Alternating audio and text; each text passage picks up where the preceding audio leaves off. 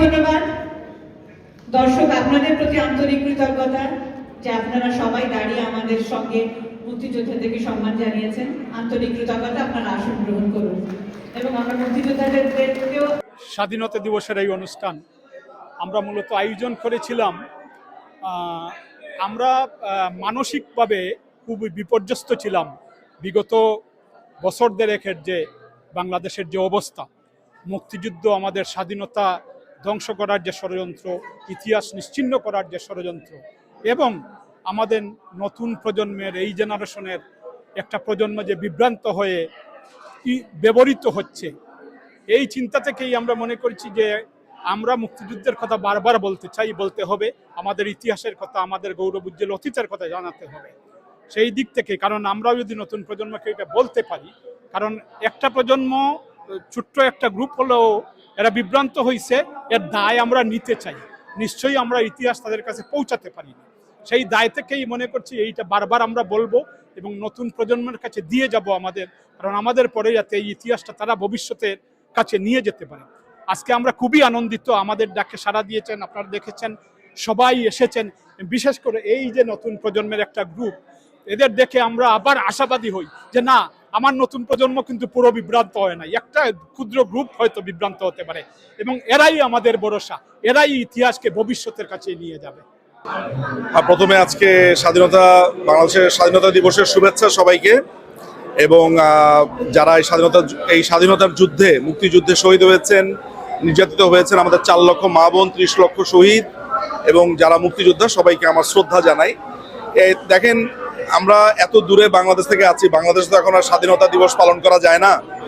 আজকে ফুল দিতে যাওয়ার পরে আমাদের নেতাকর্মীরা গ্রেফতার হয়েছে, বঙ্গবন্ধুর ভাষণ প্রচার হওয়ার কারণে মাফ চাইতে হয়েছে। এরকম একটা ঘটনাতে যখন দেখি যে ইংল্যান্ডে আপনার এই প্রবাসীরা আজকে এরকম একটা প্রোগ্রামের আয়োজন করেছে, যেমন আমি এই যে ছোট্ট বাচ্চাটাকে দেখলাম গান গাইছে, শোনো একটি মুজিবরের থেকে লক্ষ মুজিবরের, আমি আসলে আমার চোখে পানি চলে এসছে যে এত চমৎকার একটা আয়োজন আজকে যারা করেছেন, আমি তাদের কাছে অন্তরের অন্তঃস্থল থেকে আমি কৃতজ্ঞতা জ্ঞাপন করি। এবং আমি মনে করি যে এই ধরনের প্রোগ্রাম যত হবে, আমরা তো ধরেন আমাদের একটা সার্টেন বয়স হয়েছে, এই প্রোগ্রামগুলো দরকার হচ্ছে যে এইখানকার যারা কিশোর আছে, ছোট বাচ্চারা আছে, তাদের জন্য, কারণ তারা এই দেশে বড় হয়, বাংলাদেশ সম্পর্কে খুব একটা জানতে পারে না। এই ধরনের প্রোগ্রাম তাদের জন্য খুবই ফলদায়ক, এবং এটা একটা সোশ্যাল গ্যাদারিংও বটে। এখানে মুক্তিযুদ্ধের সপক্ষে মানুষরা আসে, সবকিছু মিলে একটা অসাধারণ উদ্যোগ এবং চমৎকার একটা ব্যাপার হয়েছে। আজ বাংলাদেশের মহান স্বাধীনতা দিবস উপলক্ষে লন্ডন প্রবাসী বাঙালি কমিউনিটির উদ্যোগে এই অনুষ্ঠান আয়োজন করা হয়েছে। বাঙালি জাতির ইতিহাসে সবচেয়ে গৌরবোজ্জ্বল দিন হচ্ছে আমাদের এই স্বাধীনতা। দীর্ঘদিনের সংগ্রামের পরে, আত্মত্যাগের পরে, অনেক প্রাণহানির পরে আমরা এই স্বাধীনতা অর্জন করেছিলাম, আমরা স্বাধীনতা ঘোষণা করেছিলাম। তারপরেও কিন্তু স্বাধীনতা পেতে আমাদের আরও 30 লক্ষ প্রাণ দিতে হয়েছে, যাদেরকে এই 25 তারিখ মার্চ মাসের যে কালো রাত্রিতে পাকিস্তানি হায়না বাহিনী যখন আমাদের উপর আক্রমণ করলো, আমাদের শত শত ছাত্র জনতাকে হত্যা করলো, সেই কালো দিবসকে আজ পর্যন্ত আমরা গণহত্যা দিবস হিসেবে প্রতিষ্ঠিত করতে পারিনি। সেই সংগ্রাম যেমন চলবে স্বাধীনতাকে সুসংগত করার জন্যে, এবং মুক্তিযুদ্ধের স্পিরিটকে তুলে রাখার জন্যে আমাদের আগামী দিনের সংগ্রাম অব্যাহত থাকবে। এটাই আমাদের আজকের প্রত্যয়। আজকে যারা দর্শক হিসেবে এখানে এসেছিলেন, তাদের প্রতি আন্তরিক কৃতজ্ঞতা, সবার প্রতি আন্তরিক কৃতজ্ঞতা। এই অনুষ্ঠানকে সফল করেছেন, এবং আমরা বিশ্বাস করি এভাবেই বাংলাদেশের মহান মুক্তিযুদ্ধ এবং বাংলাদেশের স্বাধীনতা বিজয়, এইগুলো নিয়ে আর কোনো বিতর্ক থাকবে না। আজকে বাংলাদেশে যখন স্বাধীনতা বিরোধীদের আক্রমণ আমাদের স্বাধীনতার সকল মূল্যবোধকে ধ্বংস করার জন্য ষড়যন্ত্রে লিপ্ত হয়েছে, তখন নতুন প্রজন্মের প্রবাসীরা স্বাধীনতা মঞ্চের ব্যানারে আজকের এই অনুষ্ঠানে বীর মুক্তিযোদ্ধাদের স্লেউট দিয়ে সম্মান করেছে। এটা দেখে আমি আবেগে আপ্লুত হয়ে গেছি। এখানে প্রবাসীদের যে মিলন মেলা, এই যে হাজার হাজার মানুষের উপস্থিতি, এটাই প্রমাণ করে বাংলাদেশ মুক্তিযুদ্ধের পক্ষে, এখানে প্রবাসীরা মুক্তিযুদ্ধের পক্ষে, এবং মুক্তিযুদ্ধ বিরোধীরা বাংলাদেশে ষড়যন্ত্রের মাধ্যমে ক্ষমতায় বসতে পারে। মানুষের হৃদয়ে চিরদিন তারা ঘৃণার পাত্র হিসেবে থাকবে।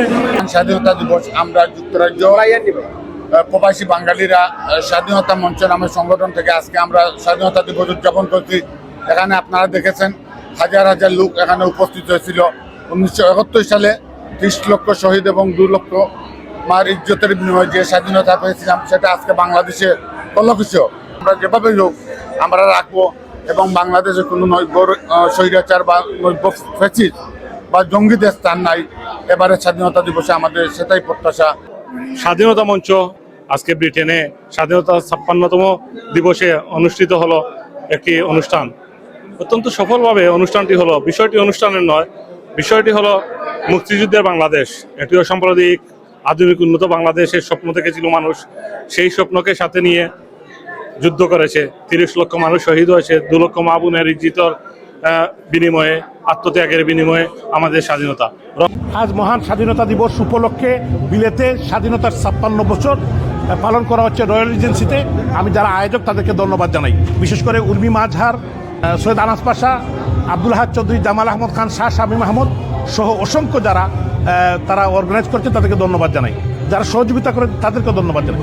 আমি বিশ্বাস করি এই প্রবাসে 1971 সালে জাতির পিতা বঙ্গবন্ধু শেখ মুজিবুর রহমানের ডাকে সমস্ত প্রবাসীরা তাদের হাত প্রসারিত করেছিলেন এবং মুক্তিযুদ্ধকে ত্বরান্বিত করেছিলেন, যুদ্ধে টাকা পাঠিয়েছিলেন, অস্ত্র কিনতে টাকা পাঠিয়েছিলেন। এই রাষ্ট্র আজকে স্বাধীনতা বিরোধীরা দখল করে নিয়েছে। আমি ধিক্কার জানাই, মুক্তিযোদ্ধাদেরকে শ্রদ্ধা ভরে স্মরণ করি। 30 লক্ষ মানুষ রক্ত দিয়েছে, 3 লক্ষ মা বোন সম্ভ্রম দিয়েছে। সেই বাংলাদেশ আমরা হারতে পারি না, সেই বাঙালিরা হারতে পারে না।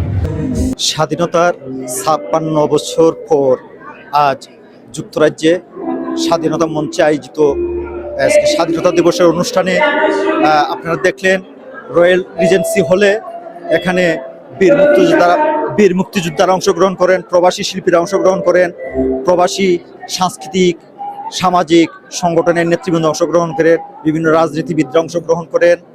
আজকে 56 বছরের পর স্বাধীনতা দিবসের এই অনুষ্ঠান থেকে আপনাদের সবাইকে স্বাগত।